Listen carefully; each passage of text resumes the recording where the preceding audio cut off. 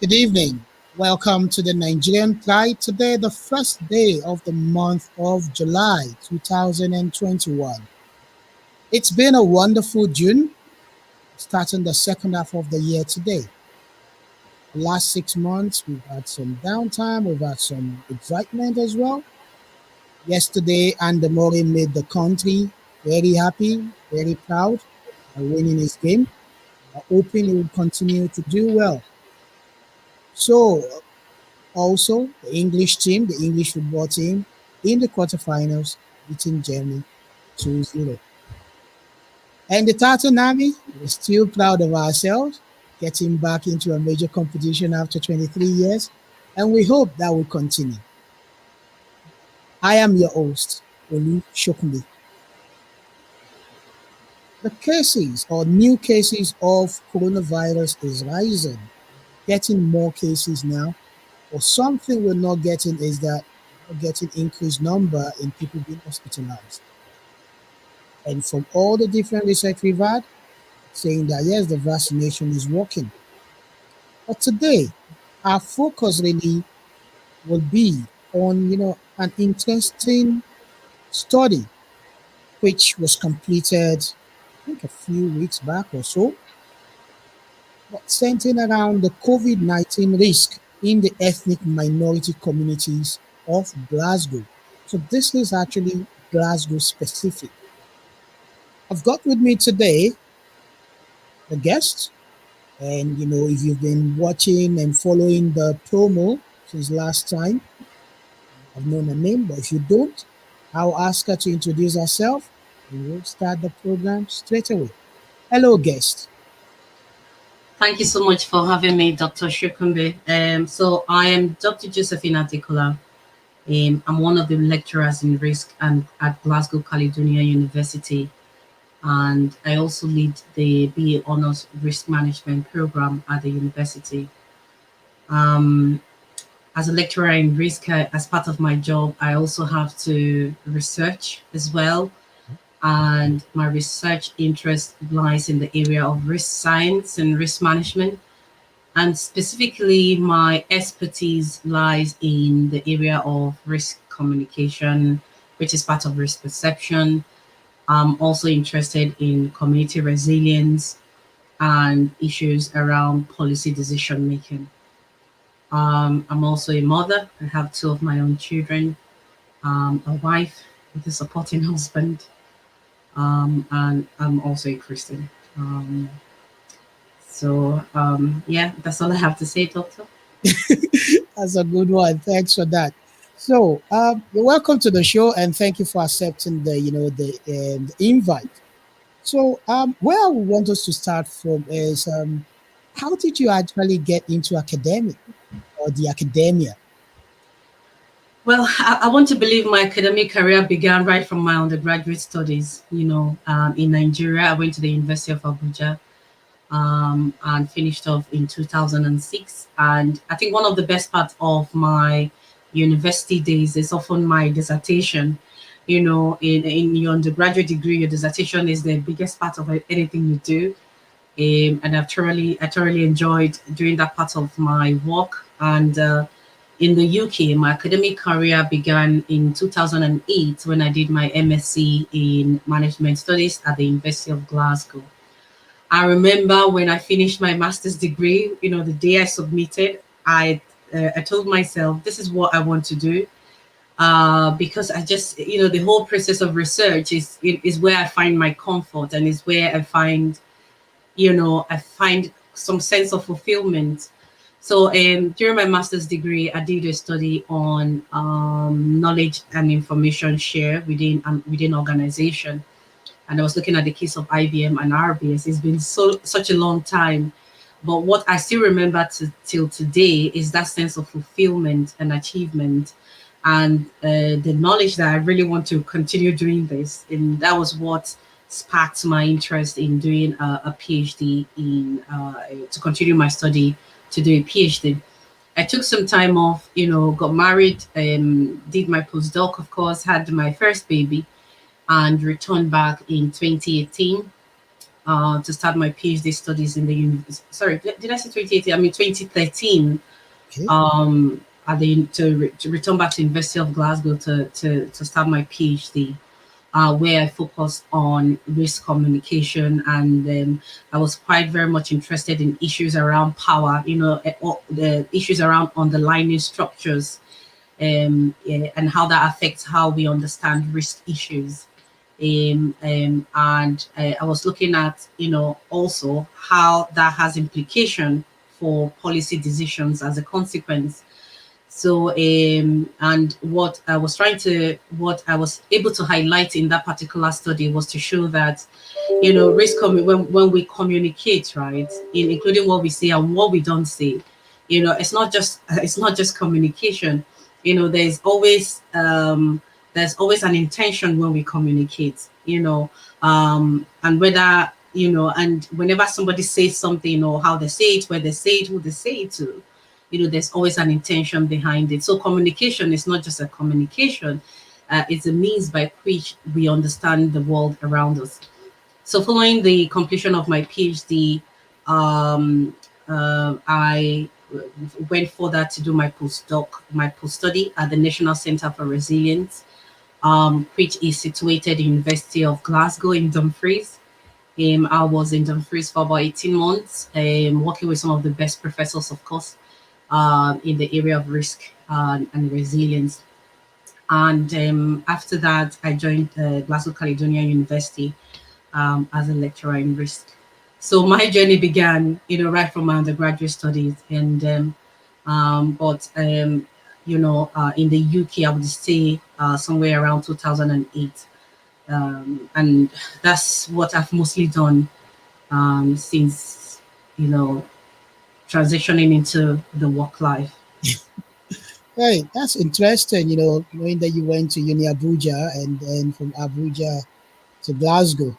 So, if I may ask, what challenges did you face, especially when you got to Glasgow as a student at the University of um, Glasgow? I guess for every international student, there's always this transitional challenges you have to encounter. So aside the fact that you experience the shock in terms of our learning styles, the way we learn in Nigeria is absolutely and completely different from how we learn here. So we're not saying and one has priority over others. It's just a different style and how they are completely different. So that was the and very quickly that you have to adapt because you've paid such a huge amount of money and you want to make good of it.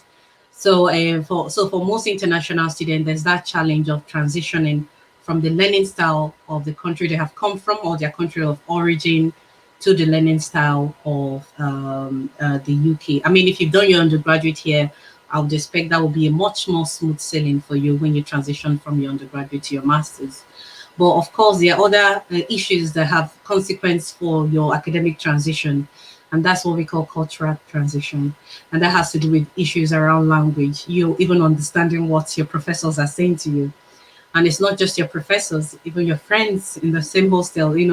Glasgow tends to attract a lot of international students from the international community. So you meet people from China, from Japan, from other African countries with different accents, and everybody speaking their own way, which can be challenging both in the classroom and outside the classroom. And aside that, there are issues around, this isolation and loneliness that we all experience, being away from your friends and family and people you love, and being away from everything that is good and desired, to a place where what you know and your desire is completely seen as, it's completely different. So there's that shock there. And for those who are able to who are quite very social, they find it a lot easier in terms of their social transition.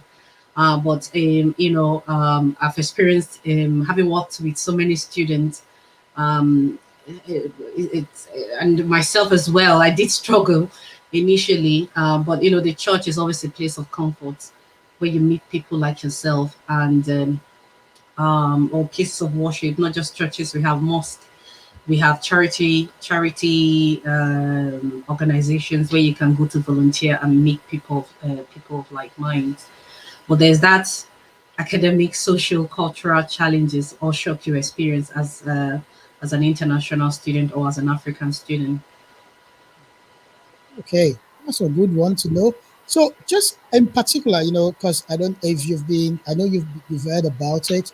Your alma mater, as the University of Glasgow, recently published a report in which they actually apologized, saying that they've been racist. Do you have any perception of such whilst you were there? Well, I did read the report myself, and I thought it was a fantastic report that kind of unpacks some of the underlying issues around institutional racism. Um, I wouldn't, yeah, I think we all have different level of experiences, and we all are sensitive to different things. It may be some things I've ignored or maybe didn't even pay attention to, somebody else have picked up. So I'm not in any way undermining anybody's experience or what has been found, but I can't really remember a situation where I have experienced, not perhaps not overtly. I don't know if you know what I mean. Okay, okay, It might be implicit. It might be things that have occurred without my knowledge, but I can't really testify to having explicitly and obviously experienced something that it has remained in my memory. all right. Possibly you met with the very, very, very exposed and good scholars in the school then. I won't be so sure. Because rightly said, some of us had the experience. Some of us were so lucky we met lecturers, academics who have been, so exposed to the world, and you know, they just treated us right. But moving on away from that, I know you've mentioned about, the cultural shock, the transition challenges, and things like that. How did you maneuver them? Is it so? I want to be sure. Are you asking for my experience as a student or as a lecturer? Both, if you want to share both, because I know we have listeners who are students and who are looking to go on to be PhD holders, and we have listeners who are lecturers or aspiring to be lecturers as well. So, Well, as a student, I think what really helped me was, joining a church community where I could identify with people of like minds and people from my own community, or people I feel that I can relate with. That was a huge help. I was also, as a student, able to, I have my own little friends. I don't have so many friends, but I had my own friends, and we did things together, and that was really helpful. I didn't join club, which is one thing I would recommend. If you're not a friendly, you might want to join social groups. That would definitely help. You may also want to find a work of any kind, whether paid or unpaid. Charity work sometimes can be very helpful. It helps you. It helps your mind. Keeps your mind busy rather than being idle or feeling pity or sorry for yourself in that state of shock. and it's also important for you to make the effort. One of the things I've seen, one of the mistake I see that most students make is that when they experience difficulty of challenges, or when they experience depression or loneliness or isolation, they don't make any effort to come out of that. They assume that it's going to go away. But as long as you don't stand up and do something, as long as you don't try to associate with people, it's not going away. It's not going away. So I would encourage anybody to, any student, both current and future student, if you experience any isolation, loneliness,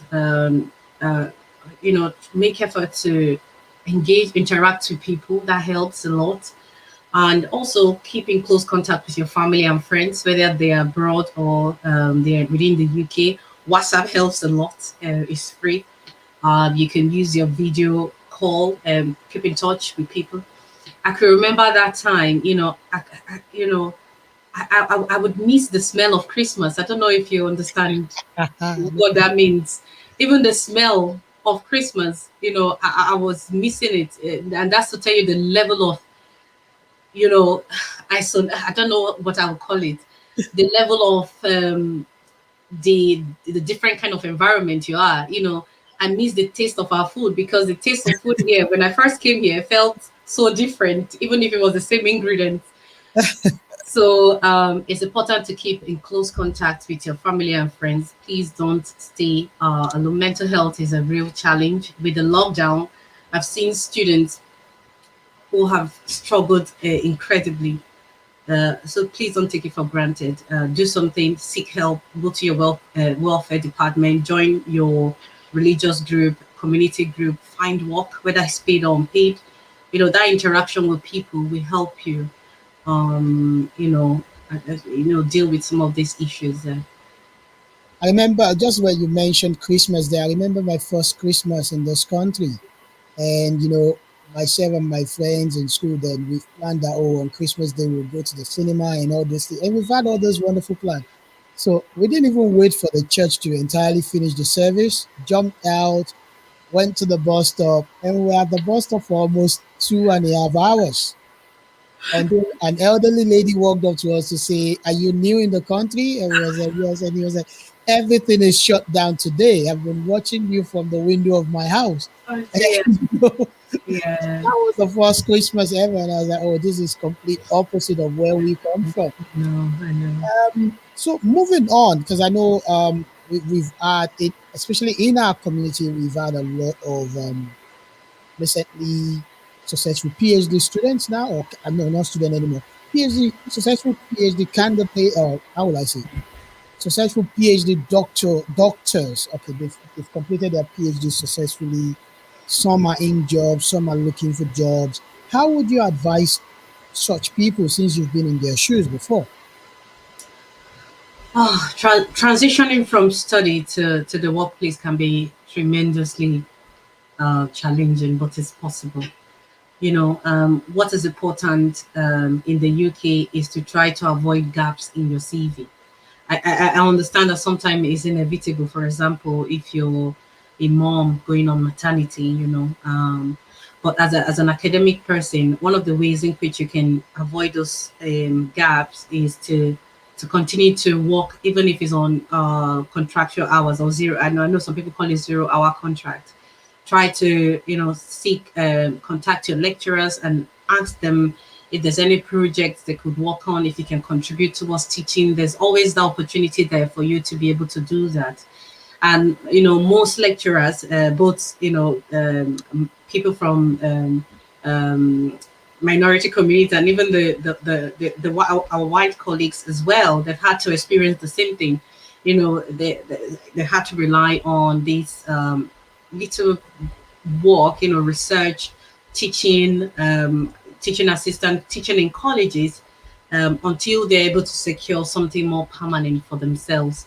So just keeping yourself busy within things that are relevant to academics is so important. So, for example, I know if you have a family, you have to work. So, if for example you're working in Tesco or RBS, and you still want to maintain your academic career, you need to in some way be affiliated with a university, whether that is working part-time as a researcher, even if it's just 1 day a week or for a very short period of time. And it's always good to have that connection until you're able to secure something that you know that you're happy with. So I mean, all the advice I can give is to keep doing what is relevant to the academia.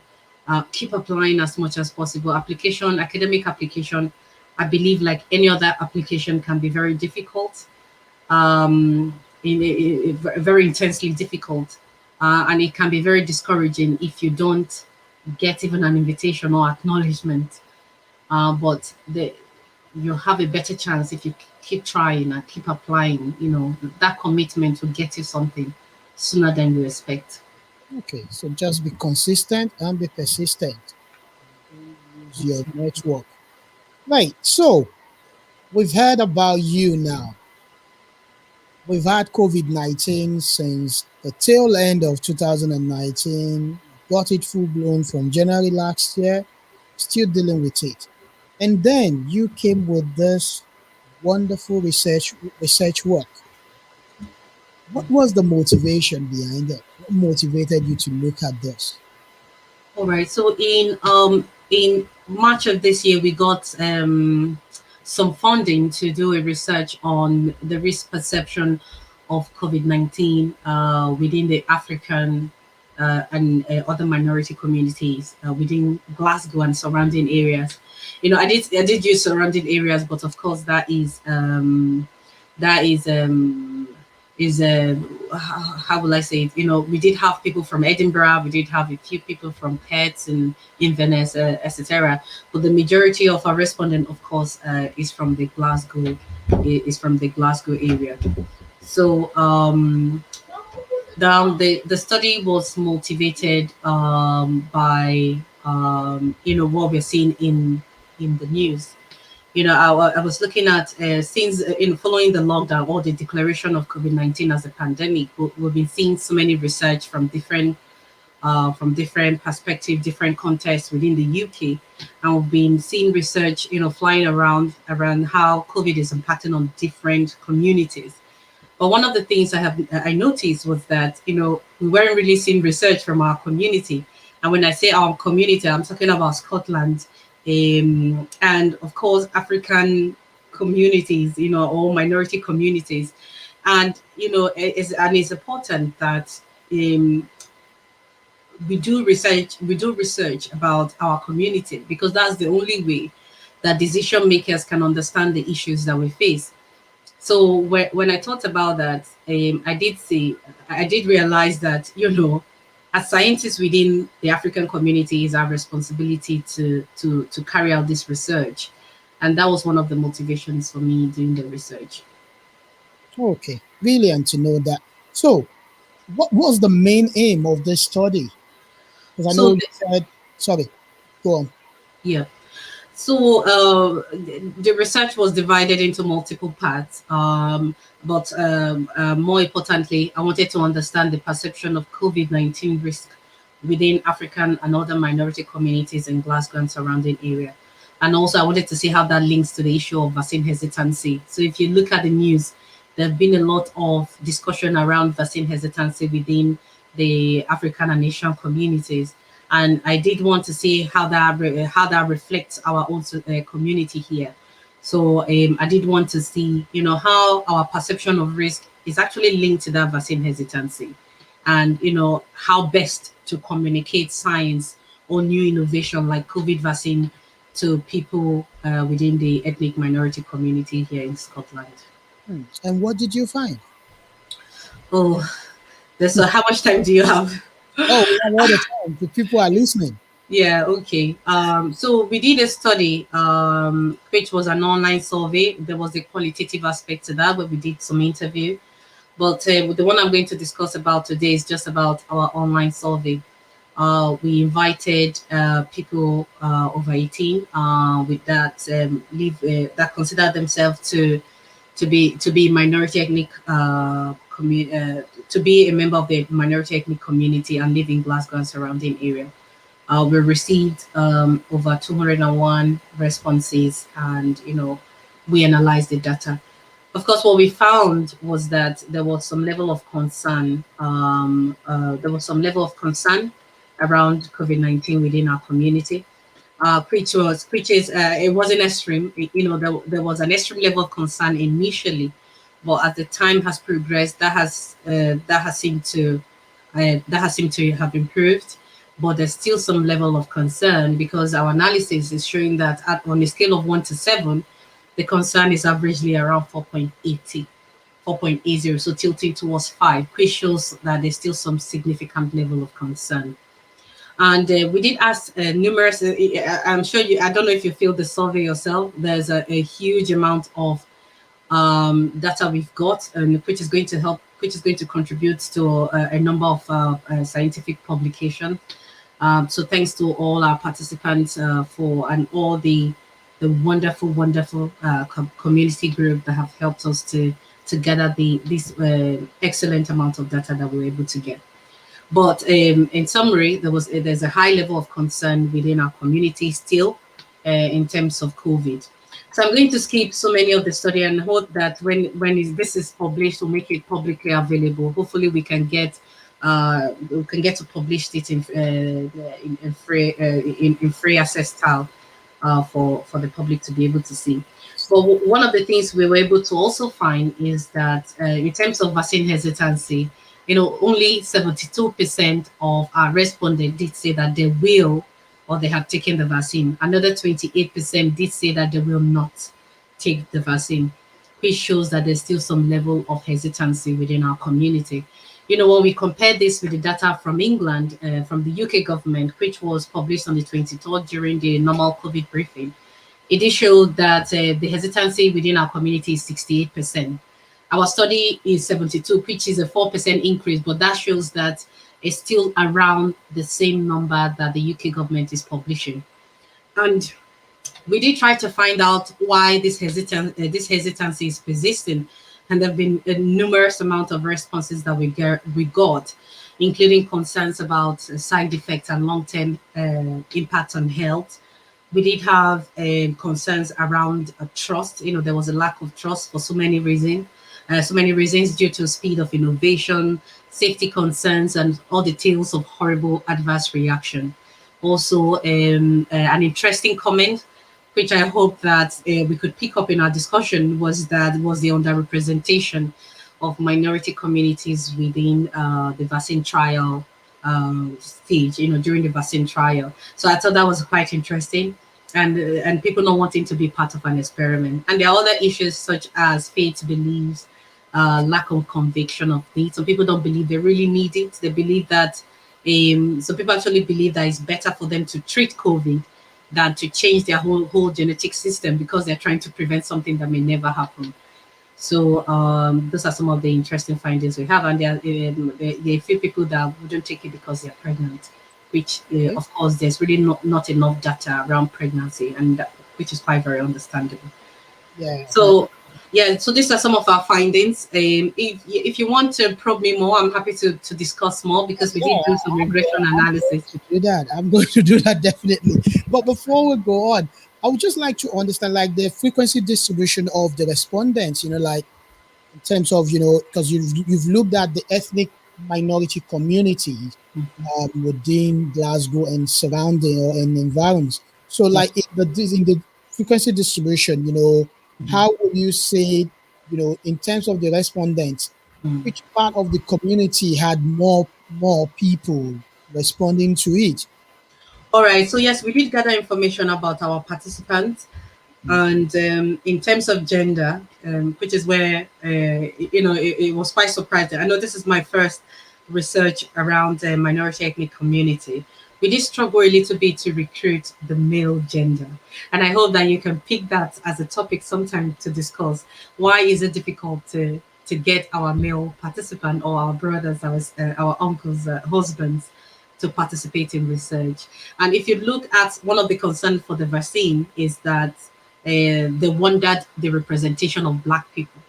But if we are struggling to recruit people or segments of our community then how are we going to address that? So I think is a particular is an interesting topic that needs to be debated within our community, and how our male audience or our male members of the male members of our community respond to research, and we hope that we can see that improved with your help and other people, opening the platform for debate for us to look at this issue. So the male respondents was about 20%, and the female was about the female respondent. If you give me a moment, I think my slide is so small.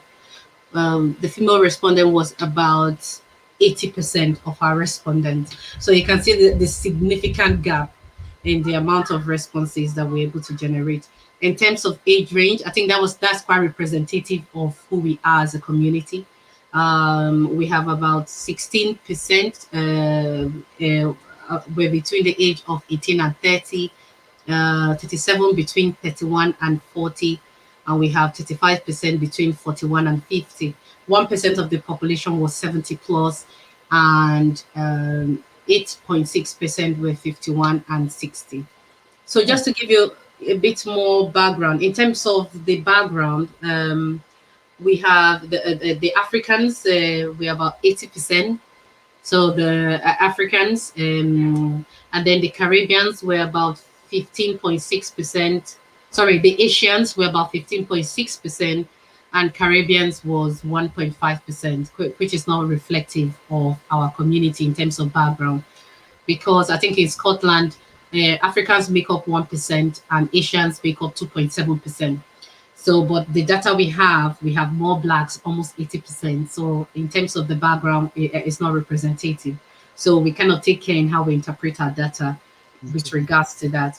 In terms of the country, we had a significant wide range of countries. And of course, Nigerians being about 50% of our respondents.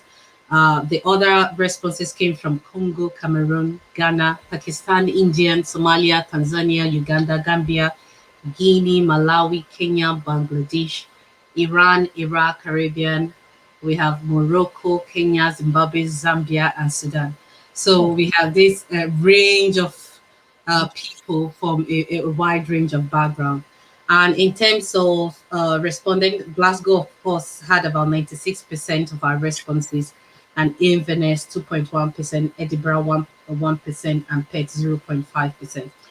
So in terms of the UK status, we were able to reach everybody across our current UK resident status, where British citizens formed 41% of our respondents.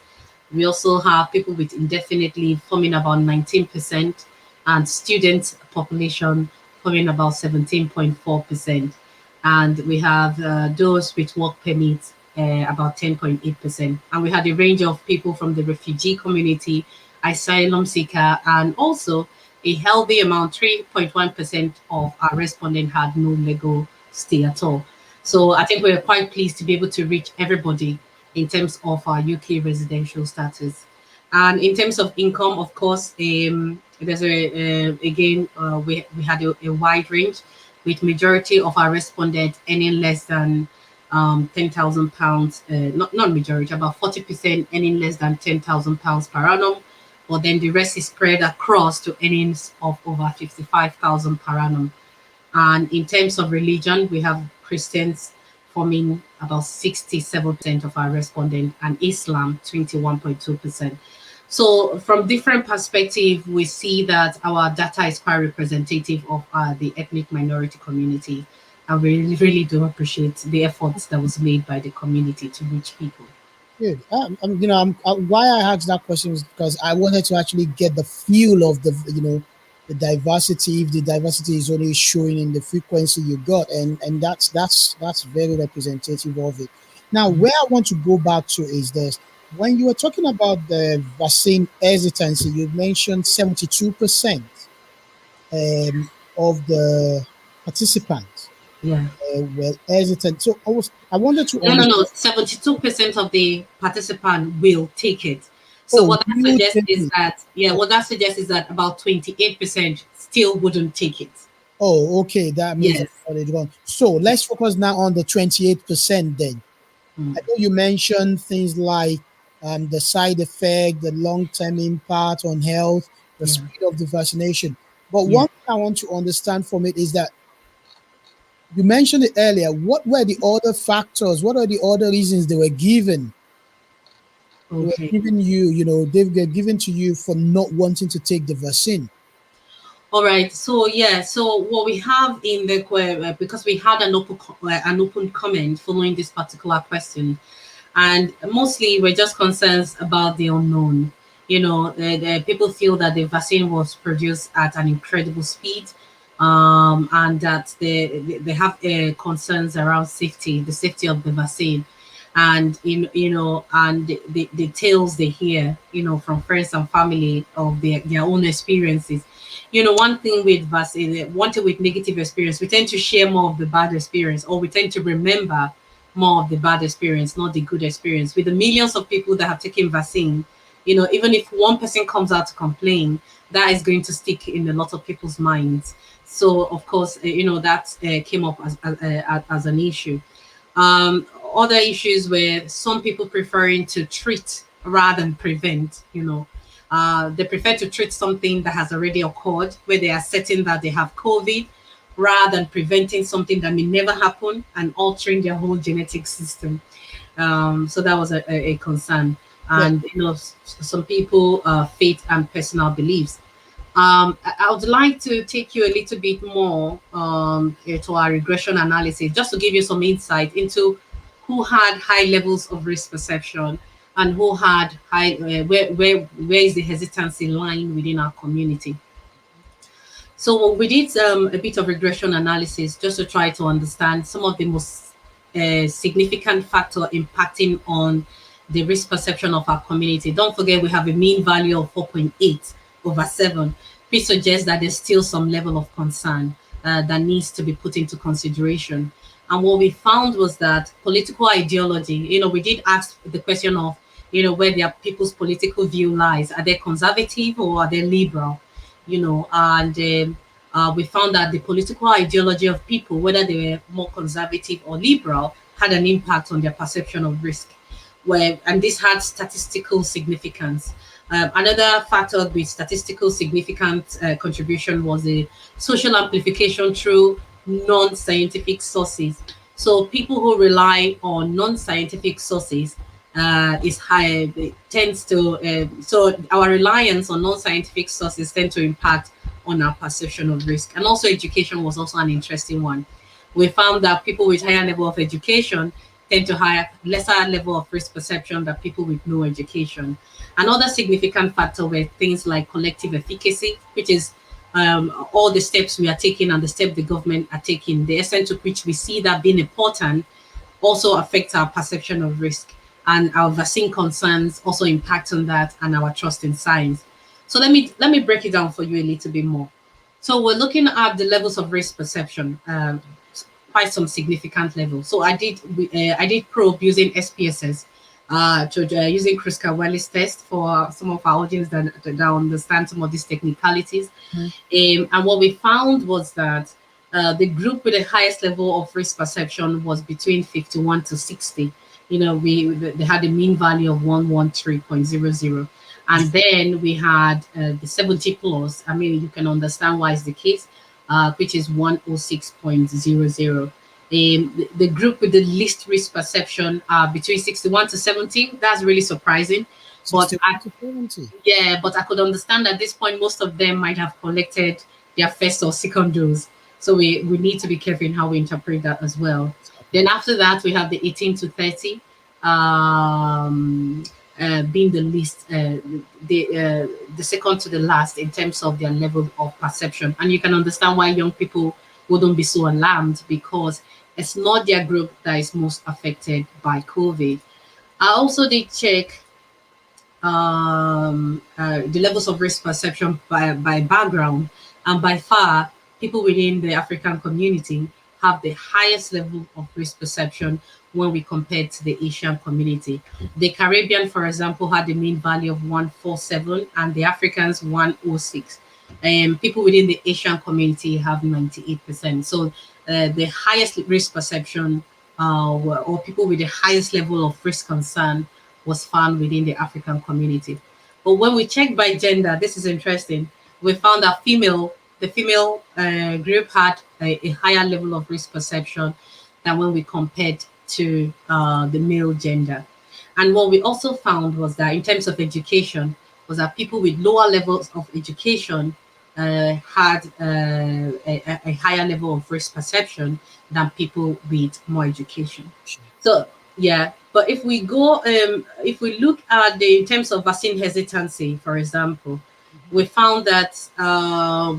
found out people between the age of 18 and 30 and 41 and 50 had the highest level of vaccine hesitancy within our community. Really? And the people with the lowest level of vaccine hesitancy are people that are 70 plus. So people that are 70 plus are more likely to pick up the vaccine than a young person of 18 to 30. So that was interesting. So in terms of the background, people from African background were by far more likely to be more hesitant to vaccine according to our statistics. And in terms of gender, female also were more likely to be vaccine hesitant, despite the fact that they have the higher level of risk perception than the male. They are also more likely to be hesitant than the male. So that's quite interesting. I think it's another debate we need to have within the female groups to Just, try to understand that. just to go further a bit, in terms of the hesitancy, I know you've mentioned like, people say, people waiting to treat rather than prevent. And you also mentioned faith and beliefs and personal beliefs. Could it be that these two factors, did you find these two factors as heavily responsible, Um, I especially think especially now amongst the Africans? I think faith and belief, personal belief, they weren't overtly, I think I've highlighted the one that were more statistically significant I mentioned earlier. But these ones were also important, but it wasn't as much as it didn't have much impact like the others that I just told you about. In terms of faith and beliefs, it did come up as an issue, but not overtly. But it did come up. And also the preference for natural immunity also did come up um, to a good amount of time. So, people having preference for natural immunity. Some people think that they should be left to deal with the vaccine with their own natural immunity rather than try to interfere with a man-made technology. And there are other people that prefer to use herbs, and things like that. And there were those that were afraid that they have allergies in the past and they worry that another vaccination could cause a significant amount of allergy here too. Think that there's a lot of potentials there in the things you found. It. I think I'm putting up more of my researcher hat now instead of the journalist one. But Yeah. what I because why I asked that question really is because there was a study that was completed, and it was found that Africans what will I say, were more, whatever they do or try to do was more determined by their faith and beliefs, their personal beliefs. And that's why I try to ask that question to say that, okay, is that something that came up more? Then you also mentioned non-scientific. Hmm. Can you expatiate more on that? Okay, so let me just take your first question for example, and I think I was discussing this particular study with a group just some few days ago, and one of the things we found, which I didn't get to before you cut me short, was around the education. Education. What we found was that people with lower levels of education were hesitant, and people with the highest level of education were also hesitant to COVID-19 vaccine. So, for example, we found that people with the highest level of vaccine hesitancy just had secondary school certificates. But then people with graduate degree and PhD students, so people with a doctorate degree, were also hesitant. So what we saw here was that people with high levels of education and people with low level of education were quite hesitant. And one of the things that one of the ways we can interpret this is that, you know, is the level to which we are able to process information. No, as a scientist, you know, you don't just take information as if it's the truth, you know. And you want to go and search for the facts yourself. You don't just listen to Professor Whitty talking and you just take it as if it's the truth. You don't just listen to your doctor. You do your own detailed analysis to find out what your own truth is, because there are multiple truths, isn't it? And you don't want to rely on somebody's truth. Sure. And somebody with a lower level education, it could be that they are also able to process the same information, but maybe rely on the interpretation of others. You know, I'm not trying to stereotype here, but an interpretation I can give to this is the level to which we're able to process information. Those at the highest level are able to process information and more likely to, question or be critical in everything that they're able to find. So that could explain that. I know your second question is about non-scientific sources.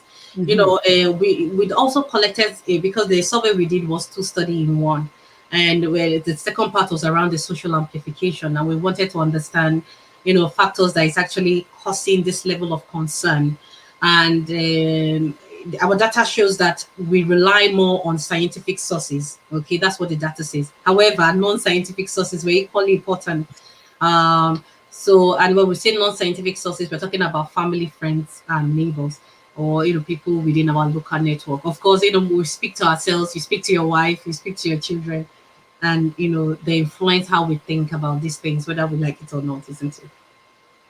Right, that's good. I think that well, one thing I think I will speak to my producer about is that it would be good to have yourself and maybe other two people to have a debate about some issues you've mentioned, like the male gender response to research, Hmm. and also to see why we have more educated people and lowest educated people being hesitant to it as well. So Yeah. I think I'll look at how we can invite some of the professionals within the communities to come on and see Yeah. if we can get you all together maybe in the next couple of weeks or 3 weeks to come Yeah. back on the program and have that debate. Because and this was why I wanted you to come on first to talk about your research. Tell us what you found. So that by the time we are bringing in all these other people, we look at, okay, how do we take this on as a community and improve, all around, not only about the vaccine or about this, but even in terms of research in our community. I think that's something we should also focus on as Absolutely. well. Absolutely. Um, what were the challenges you faced in completing the study? I mean, Come out straight with them. Don't worry, the no, no, community. no. I think it was it's one of the easiest research I've actually done. Oh, In terms of the support I got, I wasn't expecting it, and I did have the support from our community, which was so encouraging. I'd always research geographical community. So, for example, I can do a research on Dumfries area, and I have to go into the villages and try to interview and knock on doors and speak to MPs to try to encourage people. But I just spoke to a few friends and a few influential people within the community uh, who command some level of influence, and they were just able to pass this on and share it on. And all I saw was the responses coming in a way that was really encouraging, and really to thank a whole host of people that has helped, including yourself. I won't be able to mention all the name. I know Josephine from Jeffrey Art and Galleries. We have Legal Entertainment. We have Esther Company, Mo Dairo. We have this a huge range of people. So my apologies if I can't mention your name, but I wasn't expecting it, and to receive this level of support was really encouraging. And just to encourage, I think this is one area I really want to see more people within our community come forward. More people in research, more people desiring to do research, because there are so many issues facing our communities. Our people suffer different kinds of pain and experiences. And one of the things with marginalization is that it stigmatizes, whereby it shames the person experiencing it. So if you look at the definition of marginalization, is when you have been disadvantaged, but then you are also shamed into silence. So you experience a pain, you're unable to share this because you feel shame. So a lot of our people go through a lot of pain, and that's why I've refocused my research from everything else I'm doing. I know my husband has always encouraged me to. One of the greatest way to make an impact is to research your community, and and again with some of the debates around the Black Lives Matters movement, I did think about how I would contribute to getting people's knee off our necks, and I thought, in my own little ways through research. So we need more scientists within our community. I know we have a lot of doctors because my data shows that 6%, 6.6%, which is about 7% of our respondents have PhD. Really? They are doctors, yeah. So if that is a reflection of our community, you can imagine how many scientists we have. We have a huge amount of scientists that have been silenced or who have decided to be silenced. Silent. I think Yeah, that's more of what I would say. Who have decided to be to be silent silent. more. But there are those that have been silent because they have not been given the opportunity to, because most time research has to do with your affiliation. You want to be, you have to be affiliated with a university, or you want to, or, people not just desiring to do this thing.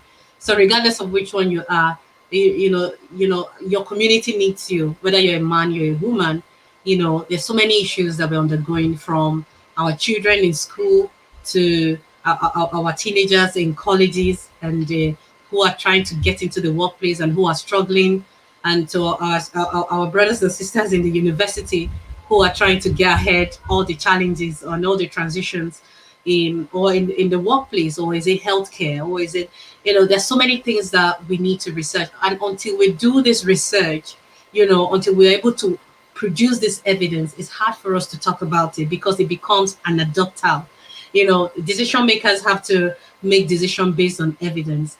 And when we do research, we are making it possible for them to consider our issues. So if you're a scientist, or if you're a scientist in training and you're interested in research, please get in touch. It's important for us to come together as a community. We need a multidisciplinary team within our community, so we can come together and deal with issues scientifically, and then we can take this forward with authority to those who make the decisions about it. And if you're not interested in research, but you have any experience at all you like to share, or you think deserve a research attention, please get in touch with Dr. Shikunbi or myself. It's something we'd like to take Dr. forward. Joe is advertising work for me. Yeah, because we're looking at our next research, and the next research we're going to look at is around the experiences of young African children within early years education in Scotland. So we are keen on taking on any issues that affect our people. And this common research was instigated by a number of community events I have gone to, and some of the horrible tales of young children being thrown out of schools, or being labeled wrongly. You know, just like as a parent, you know that your child is this, and your teacher is telling you your child is that. It's difficult sometimes for you to understand what's going on. So we'd like to look at those issues. And if there's any burning issue, I know there are issues around immigration, passport, and visa that is also burning within our community. So if there's any other one, please come to us. It's possible that the experience you're facing is not just you facing it. There's so many people facing it, but a lot of people are being condemned to shame and to silence. And you'll be surprised how many people are experiencing the same thing you're experiencing. But unless we're able to unearth this evidence, we don't have a case than more of a hearsay. So please, I look forward to our community coming forward and building a better community for our children and our children's children. Good. Well, I don't think I have to say any more. Dr. Joe has just summed it all up. And as you're listening, everyone out there, you know yourselves, you've heard what she said.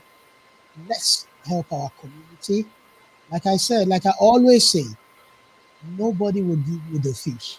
You have to fish it out yourself. And you cannot get included if you don't get involved. So I always say, get involved to be included. Dr. Joe, I would like to say a big thank you to you for giving us your time. I hope you will still be able to give us your time this month because, like I said, this debate you have opened, I will be looking at getting more of you together. I mean, like now having like 4 or 5 of you discuss these issues, and let's trash it out. Let's move forward in this in the community. I don't want to say more about much again on it, but what I want to say is this: everyone out there, next week we will be focusing on investment. And when I mean investment, not investment in the UK just now, but investment back in Africa, in Nigeria, in Ghana, in Cameroon, wherever we are all from, working here, investing in assets and things like that. And I will be talking to someone who is an expert in that field. That's what we'll be focusing on next week. However, in the next 2 or 3 weeks, like I promised, I will be bringing Dr. Joe back with some other expert in the community to debate these issues, from the issue of male participation in research, how to get our voice out there, and all other things we've touched on today. We'll look at focusing on that and then pushing forward on it. On that note, I would like to say a big thank you to all of you listening today. Next week is another wonderful time, and I will see you then. Take care and stay safe. We're not out of the wood yet. Thank you very much for having me.